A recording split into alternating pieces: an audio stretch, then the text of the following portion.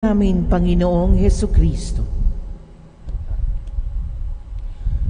Magandang gabi sa inyong lahat.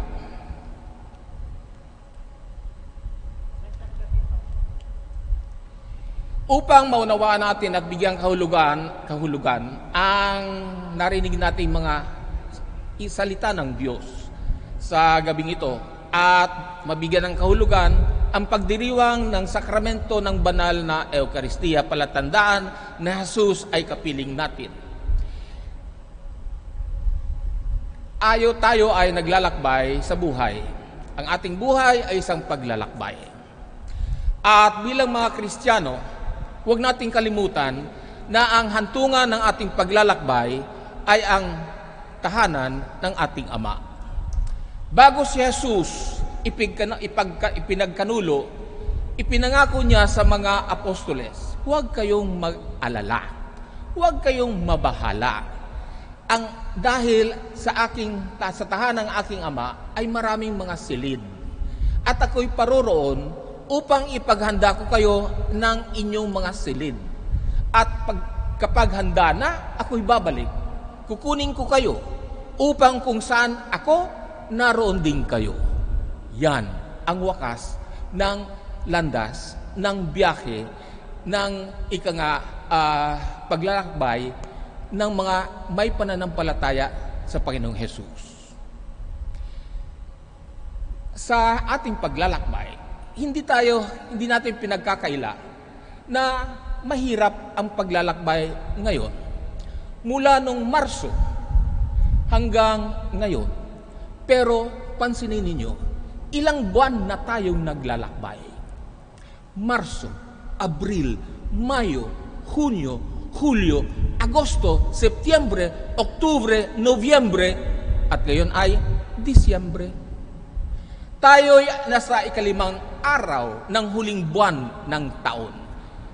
Nakapaglakbay na tayo kahit na dahan-dahan. Sa ating paglalakbay, mayroong isang katangian. At ang katangian nito ay ang takot. Ako'y natatakot para sa aking sarili. Ako'y natatakot para sa aking pamilya. Ako'y natatakot para sa aking mga kababayan. Hindi natin maiwasan. Kahit na tayo ay nanampalataya sa Panginoong Hesus, ang pagkatakot ay bahagi ng ating pagiging tao. At ito'y pinahayag ng Panginoong Hesus upang malaman natin na ang takot natin ay naging bahagi ng kanyang buhay.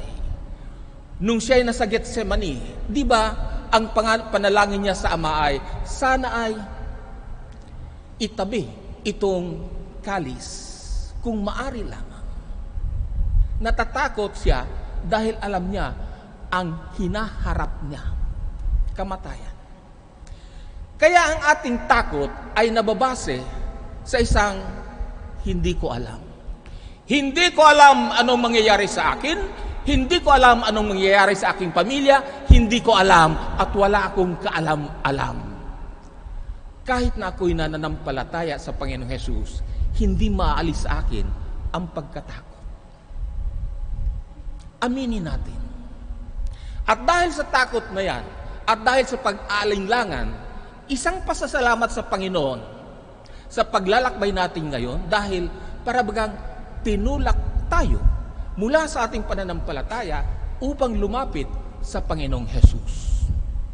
At sa pananampalataya ng Panginoong Hesus, natagpuan natin ang lakas ng ating kalooban. Pero sa mga araw na ito, may naririnig na tayong pag-asa dahil may 3 ng pagawaan ng mga bakuna ang nagpahayag na sa mundo. At maaari nating isipin darating na ang magliligtas na bakuna sa ating bayan. At ang pangalawang palatandaan ng pag-asa, may naririnig na tayong awit na nagsasabing, ikaw, kayo, tayong lahat ay liwanag at ligaya. Saan man tayo naroroon, inaawitan na tayo at umaawit tayo ng ating pag-asa. Tayo ay liwanag at ligaya. Kaya't sa mga araw na ito ay isipin natin, bagkos ako'y may takot, pero may mga palatandaan na ng pag-asa. Ang Adbyento ay isang katangian at pangako na merong Pasko. Marami ang nagsasabing walang Pasko. Meron. Kung hindi ka na naniwala sa Adbyento, para sa'yo, walang Pasko. Pero sa aming mga Kristiyano Katoliko na naniniwala at pinagdiriwang ang Adbyento, alam namin na may Pasko. At sa ating paglalakbay ngayon, kapiling natin at nauna na sa atin ang propeta Isaías, ang apostol Pedro, at ang binasa nating ebanghelyo mula kay San Marcos. Sila ay nagbibigay sa atin ng pangdagdag sa ating pananampalataya upang sa ating paglalakbay tayo ay maging mas malakas, mas matibay, at may buhay. Sa unang pagbasa, isang mabuting balita ang ipinahayag ng propeta Isaías sa kanyang mga kababayan na sa mga pagkakataong yun, 5,000 at 6,000 taon bago dumating ang Panginoon Hesus, dahil sa kahirapan ng Jerusalem, dahil na rin sa kanilang mga kasalanang inamin nila na nagdulot sa kanila ng kahirapan, ang sabi ng Panginoong Diyos sa pamamagitan ng propeta, aliwin mo ang aking bayan. Bigyan mo sila ng kaginhawahan. Ito ang dapat nating isipin sa pagdiriwang ng Adbyento. Bagkus sa ating kahirapan, sinasabi ng Panginoong Diyos sa atin ngayon, aliwin mo ang aking bayan. Sa pangalawang pagbasa, tinugunan ni San Pedro ang mga naririnig natin ngayon. At ano ang naririnig natin ngayon? Ay, yan naman ang simbahan, yan na naman ang mga pare, darating daw ang Panginoon, 2,000 nang nakaraan. Nasaan siya?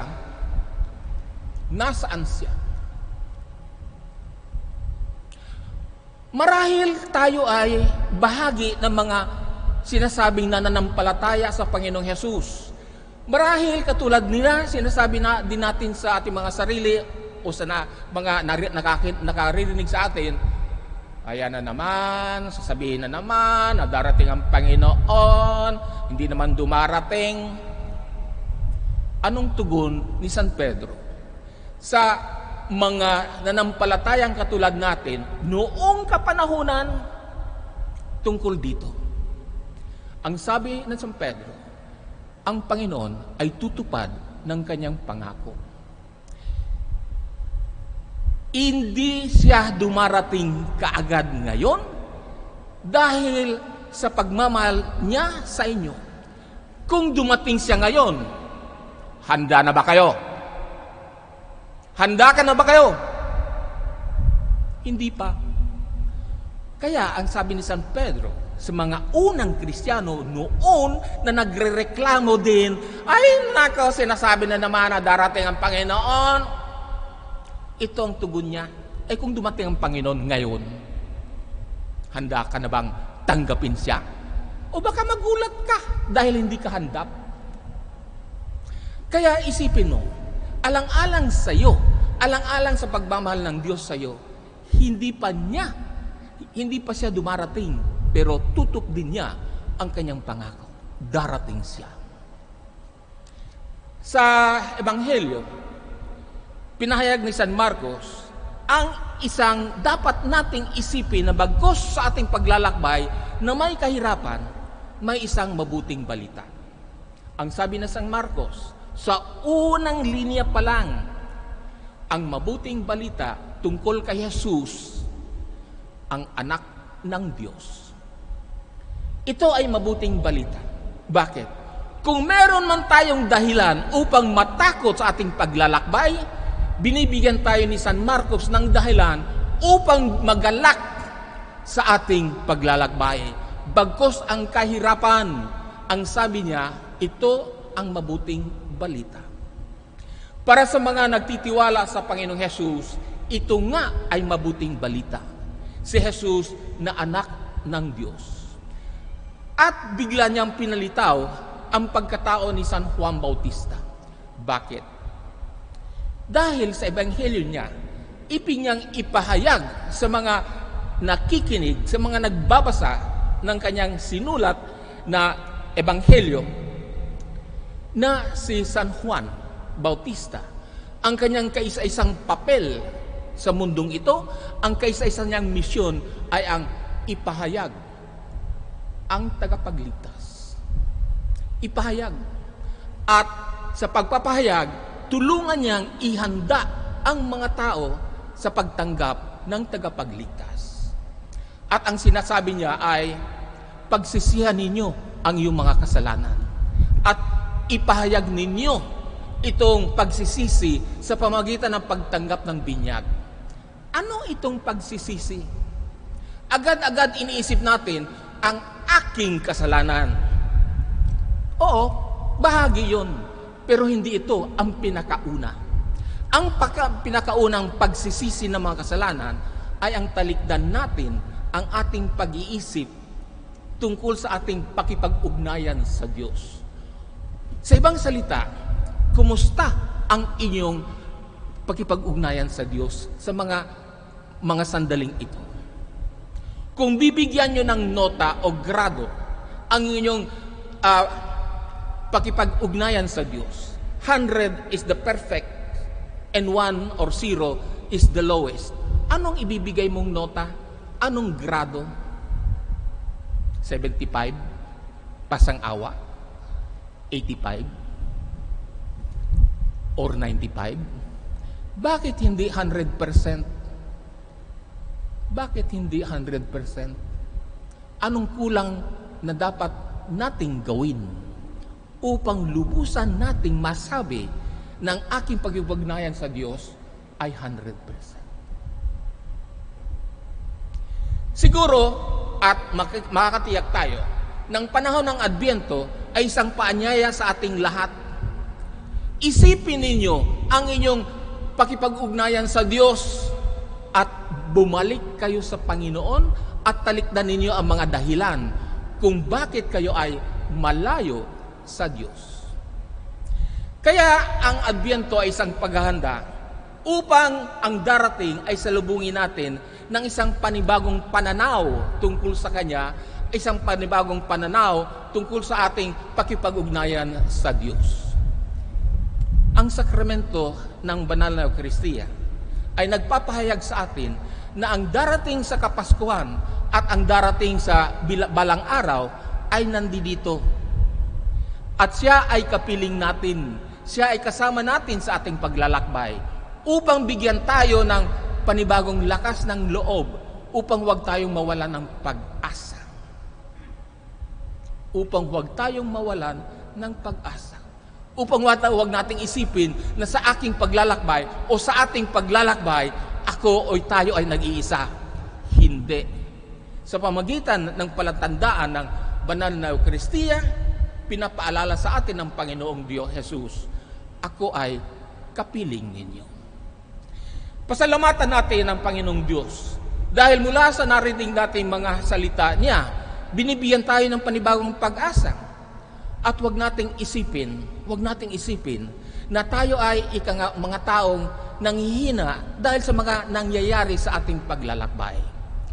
Isipin natin, ikaw, tayo, kayo, ay liwanag at ligaya.